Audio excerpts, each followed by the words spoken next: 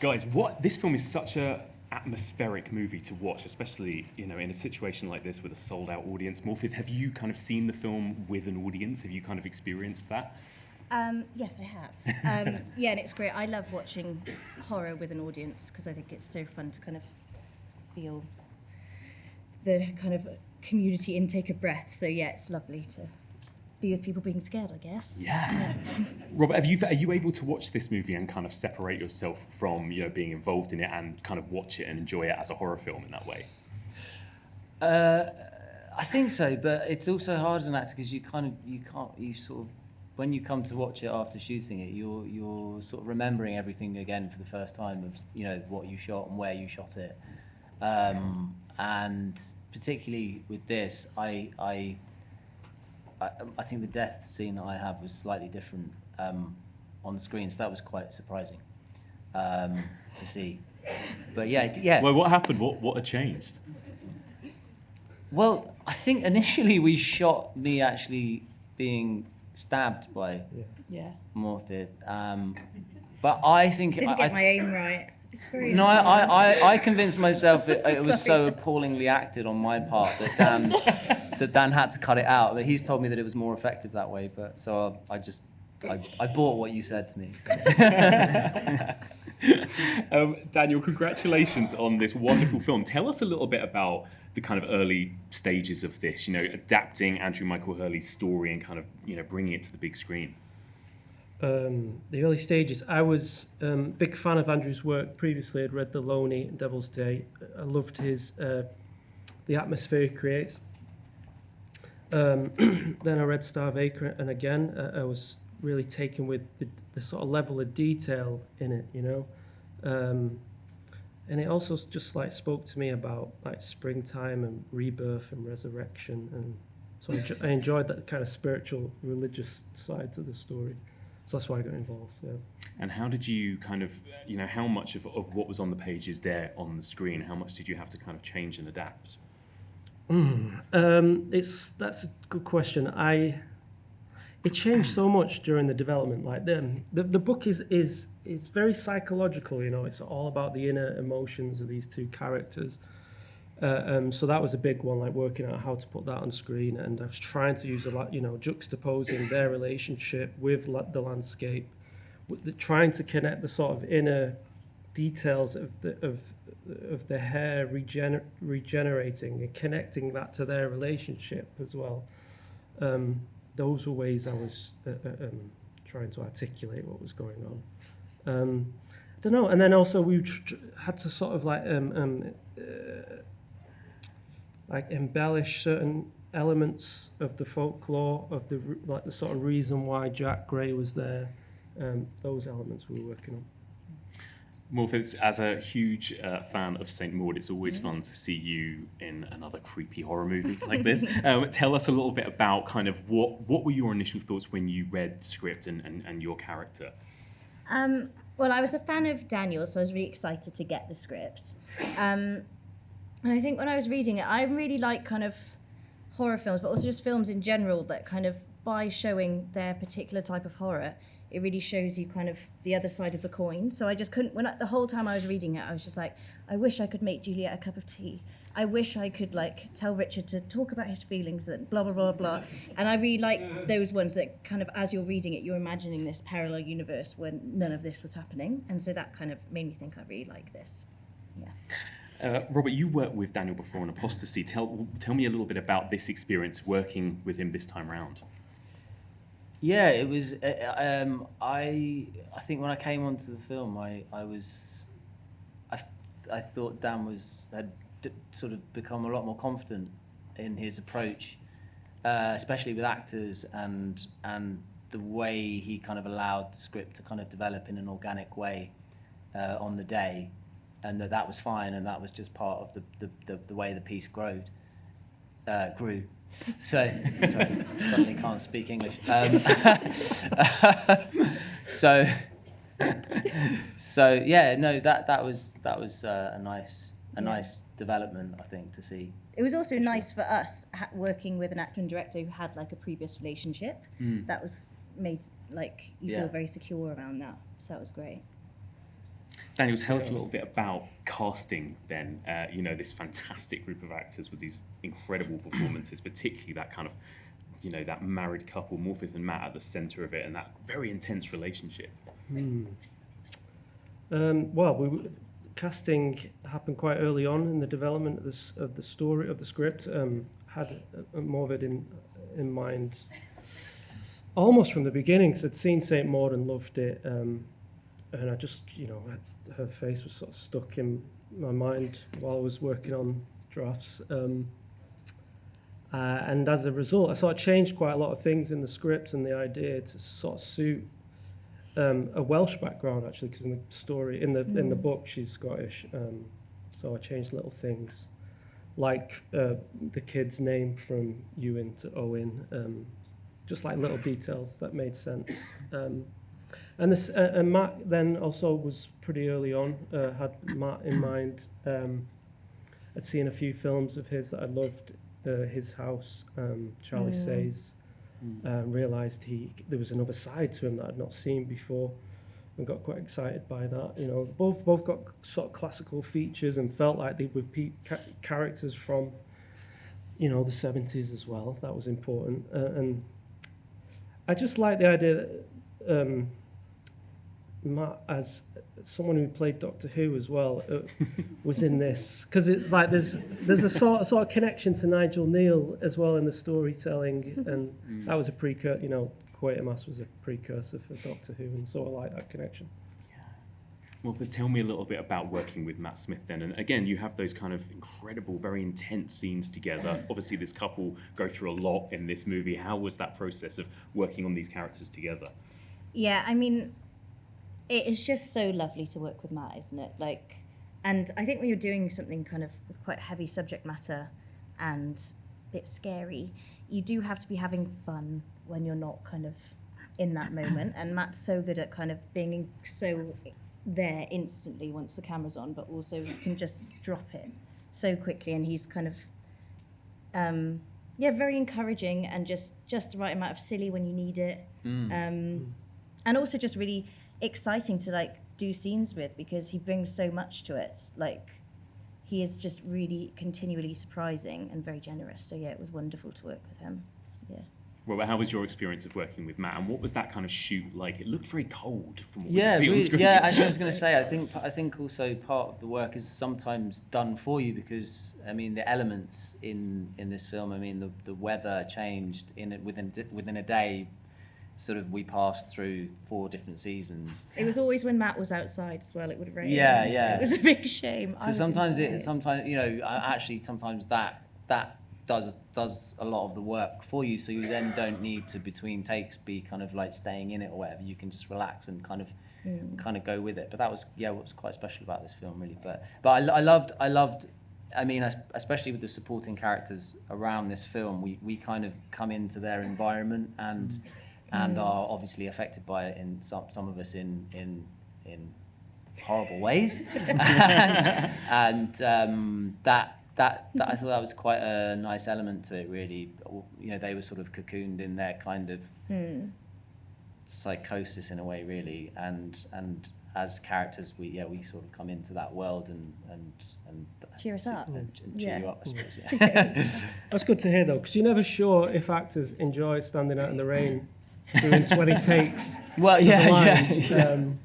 It's nice to hear that. Yeah. Because the line, "I am here for him." I remember that day. Yeah. I did have you standing out there, and we did maybe 20 versions of that. Yeah, it was quite a long. That was quite a long hour. Just different variations of shouting that one line, which I had absolutely no idea what the hell it was supposed to mean. But and I'm not sure I still know now. But actually that's why doing film, equally you do theatre and you get a whole other experience that's kind of immersive in its own way. Film is amazing because you get to be in the environment and be directly affected by that in a totally real way. And this film completely kind of encapsulates that, I think. Yeah, you can really kind of feel the elements, I think, when you watch it. Daniel, how was that for you shooting it? Because you've got those beautiful shots of that kind of snowstorm and everything. How, I guess, coincidental was that? How planned was that? Tell us a little bit about that. Well, the snowstorm in particular, that was that's the story, because we shot late spring in the hope to try and capture a sense of winter at the beginning of the shoot, and by the end it was a summer feel at the film. But the first week we got there, the Dales had a heat wave, so it was like 30 degrees there in February. So we had to get the snow machines out, and I was quite embarrassed by the footage. None of it was really working, and then the second week it was all interiors, but then we looked outside and it was a glorious snowstorm, so we ran out and reshot some of the scenes. Okay, so that wasn't a snow machine. No, it's yeah, real I was snow. gonna say. Yeah. Yeah. So a lot of kind of chasing the weather back and forth then. Yeah, Wasn't there yeah. something about with the tree, the trunk that was revealed that eventually kind of got completely bogged, didn't it, by the rain, and eventually had to kind of be rebuilt in some way, I think, didn't it? When the toads loved it. The toads, yeah. Filled with We did toads, feel yeah. under attack from nature. It was quite amazing. Yeah. Yeah. There were No, toads. it was getting flooded every morning. We'd turn up and have to spend an hour or so dealing with the tree and Yeah. got the buckets out. Yeah. You had those lovely 70s woolly jumpers, though. Some good costumes. How was that, Morfydd, how was that for you, kind of immersing yourself in the world of that 70s northern England, I suppose, throughout this story? Yeah, well, we were shooting. They found this incredible location, didn't you? That was, how do I describe it? There's like a slight incline to all the fields around, so you feel like you're somewhere flat, but then you can't really see the sky. And so we really did feel so immersed and stuck and cocooned. And yeah, it was really, really helpful to kind of have that, because, well, I would really struggle with that. The whole time I was like, I just couldn't live here. And then was like, it's because I can't drive. I think if you could drive, this would actually be quite nice. But it was really lovely to be kind of able to do it all in that place, and for us all to be there for kind of a long time really helped with kind of Juliette and Richard, I think, and just how claustrophobic and the pressure cooker of their life, really. Because it feels like the detail is really in there, Daniel, visually, the kind of period set stuff. Was that all, how much of that did you have to create for that sort of production design? All of it, yeah. We take it, we're using the book as a guide as well, and with the location in the book, it talked about it being a place, an isolated place, but it was close that they could get to work, and also that it was a place where not much grew there, as if it was cursed in some way. And that, that house had that feel to it, the way it did sort of slope down into a kind of bog, and there wasn't much growing there. And you couldn't quite see the horizon, and in some way you already felt like you're underground in some weird twisted way. Yeah. So I love that. And then we worked very hard on all the details. I was watching a hell of a lot of documentaries on the Yorkshire Film Archive. I was quite surprised by how colourful the Yorkshire houses were back then. So that's why we got into those kind of bright, sort of very busy patterns and yellows in the kitchen and that kind of stuff. It feels, Daniel, like it's in that brilliant tradition of that kind of 70s British folk horror. Were there any particular influences that you drew from kind of over others? We discovered an amazing film called Akenfield by Peter Hall. Incredible film. It was shot on 16mm, but also in 235. So it was one of the few films I could find from the 70s that was in that aspect ratio. It's a beautiful poetic film. So that was like the key influence for me. And then there's lots of other classics like the Nigel Neal Murren, lots of Play for Today's, The Photograph, Robin Redbreast. Yeah. A lot of those stuff you can see in the season we've got on here at the BFI as well. Come and see some of this stuff on the big screen, because that's a very rare treat, right, to get to see some of those amazing things on the big screen. There is this kind of, almost feels like a resurgence of folk horror. Are you a fan, Morfydd, generally, of kind of folk horror? And what do you think is the reason for that kind of appeal that we have, particularly as British audiences? Yes. I do like folk horror. I grew up kind of loving folk stories and also being taught lots of the Mabinogi, which you should look into if you don't know, because I think you'd could make something really cool of it. That are just kind of really, it's kind of magic without the glitter. That I kind of always liked the idea of it. And yeah, there's something just. I was always really fascinated by the idea as a child, like, of the fairy rings, you know, this thing that could entice you but that was bad. That was something I always was quite fascinated by. And so getting this little hare, kind of making Juliette feel that was really fun. But no, I don't know. Tell us a little bit about the hare then, you know, this incredible creature. Like, how was that realised on screen? You know, Daniel, was that, how much of that was visual versus practical? How did you make it work? Most of it's practical, yeah. We well, when I finished reading the book, that was the first question, how do we do this? And I instantly thought of Zvankmeyer's Alice, you know, his version of Alice in Wonderland. Well, that was stop motion, and when I looked into it, you know, I didn't have any stop motion skills. It was like out of the question. And then the next best thing was puppetry, and I'm a big fan of puppets and films. You know, I love Dark Crystal and, you know, Jim Henson's work, and so I got really excited by that, and got to meet the puppet team and love working with them. There's like 7 puppeteers working on it. Oh, wow. Yeah. So that got, you know, it got quite cozy in the in a small, you know, box bedroom with 7 puppeteers and 20-30 crew members. So there was lots of guys in blue suits hanging off the end. Doing the most incredible acrobatics to not be in the shot. Yeah. And kind of slithering out on the floor of the camera. But it was quite fun as well, because it was like, this is the unseen world, just in terms of a like folk horror thing. It's like, they're invisible. But they're really not right now. In quite a small space, I guess, right? As well. Morfydd, how was it, like, kind of shooting those scenes with the hare? Well, it was just incredible working with that team and those puppeteers, because you see the hare itself, like, just as it is, unanimated, and it is just incredible. Like, my dog treated it like an animal. And then once those puppeteers get their hands on it, it's so alive, and it never gets old seeing it come to life, does it? And that we just kind of, particularly with that last scene, there was kind of loads of discussion of kind of like how the hare's feeling, like, of course, in this moment, and we were seeing a different side to it and stuff, and it was just lovely to be able to do something so collaborative, really, because there were so many more people than there would ordinarily be in that situation. Robert, did you see it as well on set? No, I didn't. Well, I just I obviously see the bones and everything like that. I didn't see the actual hair. No, but when I came to see it in the London Film Festival here, I obviously anticipated that moment, but I found it so surprising on screen still, even though I knew it was coming. It's still such an amazing moment. I think there is an amazing difference between seeing something that is puppeteered and something that is CGI'd, you know, and it's I don't know. I feel that you respond to it more. I think when it's puppeteered, you do feel that it's more alive in some way. Sure. Yeah. Daniel, how did you want? Sorry. No, I mean we had real rabbits there, and so we would block and rehearse with the real rabbits to see how they would react, and then try to then emulate that with a puppet. I was going to say, how kind of malevolent, I guess, did you want that thing to look, you know, versus how kind of enchanting or just normal, I suppose, and natural?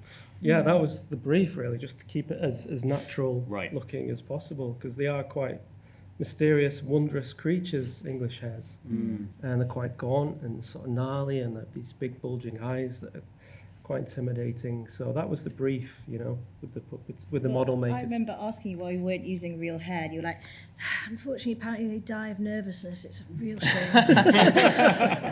Poor little things. Yeah, you don't want to scare something to death on set. Yeah, but they don't want to be around us, as you say. They are like a magical little fairy creature that they're like, we are separate from you. Yeah. Incredible. Tell me a little bit more, Daniel, about achieving the look of this, because again, there's this kind of, you use things like zooms, and there's this lovely kind of grain as well that almost feels like you're watching something made in that era. But am I right in thinking this wasn't shot on film, no? No, couldn't really afford it, and plus with all the puppeteering and things, we found, Adam and I, the DOP, we found these amazing lenses, 70s anamorphic lenses that had a halation and distortion on them, and you could tell straight away it felt like the 70s, and then we did print the edit onto a 35mm film and sort of left all the grain and dirt on there. Did you put the vocal, the sound through some kind of filter? Because wasn't there was some kind of I remember on set there was like talk about it. Because all the actors were like, oh no, it'll be fine, because Dan's putting this filter on, and then he's putting a filter on the voice, so I think everything will be fine, don't worry. Did you do that in the end? I think maybe the filter was about, Ben was talking about turning the dialogue into mono. Yeah. Just so it was, Yeah. make it feel more reminiscent of that. But I don't know if we actually did that in the end. Yeah. Did it sound like it was in mono, the dialogue? I can't remember. There is some beautiful sound design though, and music as well. Tell me a little bit about that, Dan, about achieving the sound of this movie. Yeah, that was crucial. That was how we sort of elevated it, moved it away from the grief and into a story that was about something like magical and about rebirth, that never wanted to judge the characters. Same with Apostasy, like this was a story about spiritualism, about ways to deal with grief or how to stop the sort of natural process. And sometimes you are offered these things that are magical. And so I never wanted to judge the characters. Like you can watch a film and be like, God, what are they playing at, and just get out of there. Well, it's the music that's letting you know that how they're processing it. It's like has this beguiling effect that draws them in. And that's so I love the music because I love what Matthew Herbert did with that. It has almost has like this sort of dark fantasy, like Disney feel to it in places, especially when the hair's coming to life and you get that it's about them slowly sort of coming back together at the end. Morfydd, was that important to you as well, that you don't necessarily want to judge these characters initially and what they're going through and what they do as well? Like, how did you feel about your character and what she goes through? I think I very much understood kind of the feeling of being stuck. And it was quite interesting. We used to speak a lot about how we could like make her being stuck kind of interesting and compelling. And I think it was amazing to see the music for me, because I was like, that was so kind of what I imagined in her head, that there was just like, that what she's doing and what she's thinking and feeling are so at odds. I can't remember what the question was, sorry. No, yeah, just about you kind of how important it was to be able to kind of get in the head of your character, I suppose. Yeah. Well, I think what really helped actually with her as well was like Erin's character. Because I think as soon as she arrives, it's kind of like, you're like, oh, these people existed before this. There was this whole life. And like, it's another reason I love the script, because I'm very close to my sister, and it kind of, I think that sister relationship, unfortunately, ends terribly, obviously, but there are moments in the films, where it's like, oh, this is who Juliette is, like, and I find it really lovely when you have kind of characters that there are moments where kind of love and people manage to open them up a bit more, and Juliette felt like that. I didn't judge her at all. I just wanted to look after her. Yeah, absolutely. We're going to turn it over to the audience in just a minute as well. So we will ask for a show of hands in a minute, and we've got a roving mic. Robert, I just want to ask you as well, going back to your death scene in this, you've had to die in quite a lot of projects you've done in your time, right? I do, yeah. I get killed off a lot, and I'm not sure why. But yeah, no, I was saying to you a minute ago, I think at one point I thought maybe I might hold a record for this, or I don't know why I thought that. It was definitely getting above my station. But I looked how many times is it for you? I think it's only about 13, 14 deaths that I've done. But Christopher Lee, it's quite a lot. But Christopher Lee did, including his own, 120. Which was the best. It was obviously, the most yeah, believable. obviously. 128, 127, I think. Okay. Something like that, which was loads. I thought, wow, it's amazing. But yeah, I'm not dying so much these days. but yeah, no, I've got a couple of good ones coming up. So.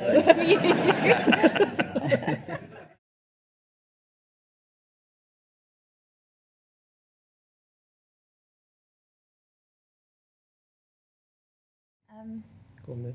Okay. Well, I've already mentioned about the Mabinogi, which is the Welsh folk tales I was just obsessed with growing up. And I think when I kind of inspires me for a lot of things, really, is the story of Blodeuwedd. which is a story of a woman made of flowers, and she's created to be the wife of this man who's cursed to never have a wife from the realm of men. And she's created, and she's beautiful and perfect, but she is made of nature and the flowers, and she can't be controlled. And so she's kind of kept as this perfect wife, and then follows her nature and falls in love with, what is he? A hunter, Gronw Pebber, and ends up kind of, it all goes wrong. They try to kill her husband, and instead he turns into a rotting eagle, which but and in the end her kind of lover is just like, I'll put myself to death because I feel so terrible, and basically betrays her, and she's like, and I'll die too, and the person who's putting the punishment on them is like, no, you won't die, you'll be turned into a bird that all the other birds hate. So you can never come out in the daytime because obviously she's made of flowers and she loves the sun, and it's the Welsh creation myth of the owl.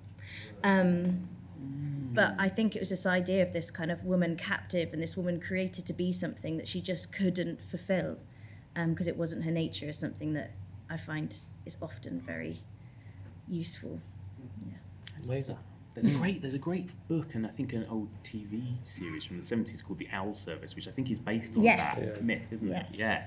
Daniel, what about you? Any other kind of folk tales that you drew from? That I drew from. Or that you just are particularly, enamored with? Not really. I grew up really religious, so that folk tales and that kind of stuff was out of bounds. So it's only like more recently I got into obvious people, M.R. James and Nigel Neal again, and Robert Eichmann. I really connected with a lot of his stories. But yeah, there's something in all those stories that I've read that the idea of the wood sprite always comes up in English folk tales. A whistle in the wind, and they're always called Jack as well, I've realised. There's even a line, I don't know if anyone's read The Blood and Satan's Claw, the new novel, and there's a section in there where they talk about Jack and its connection to wood sprites. So I'm sort of drawing from that a little bit as well. Amazing. Robert, did you grow up with any kind of folk tales or anything like that? No, maybe. I can't. I think that's definitely that was definitely a good question for Morfydd to answer. I'm not going to better that. No, you can't top that almost, can you? Incredible. We are out of time already, so I'm so sorry. So guys, thank you all so much for coming. The movie's going to be out next week, and also if you want to see more of Daniel's work as well, you can also check out Apostasy on BFI Player as well. Beautiful film, very much worth a watch. Thank you all so much for coming, and a big thank you to Daniel, Morfydd and Robert.